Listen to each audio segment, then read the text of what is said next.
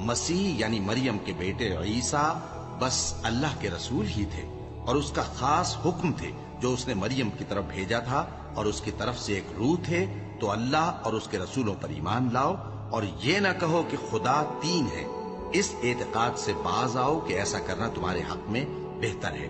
اللہ ہی معبود واحد ہے اور اس سے پاک ہے کہ اس کی اولاد ہو۔ جو کچھ آسمانوں میں اور جو کچھ زمین میں ہے سب اسی کا ہے، اور اللہ ہی کارساز کافی ہے۔ مسیح اس بات سے عار نہیں رکھتے کہ اللہ کے بندے ہوں، اور نہ مقرب فرشتے عار رکھتے ہیں، اور جو شخص اللہ کا بندہ ہونے کو موجب عار سمجھے اور سرکشی کرے تو اللہ سب لوگوں کو اپنے پاس جمع کر لے گا۔ جو لوگ کہتے ہیں کہ اللہ جو ہے وہی مسیح ابن مریم ہے، وہ بے شک کافر ہیں۔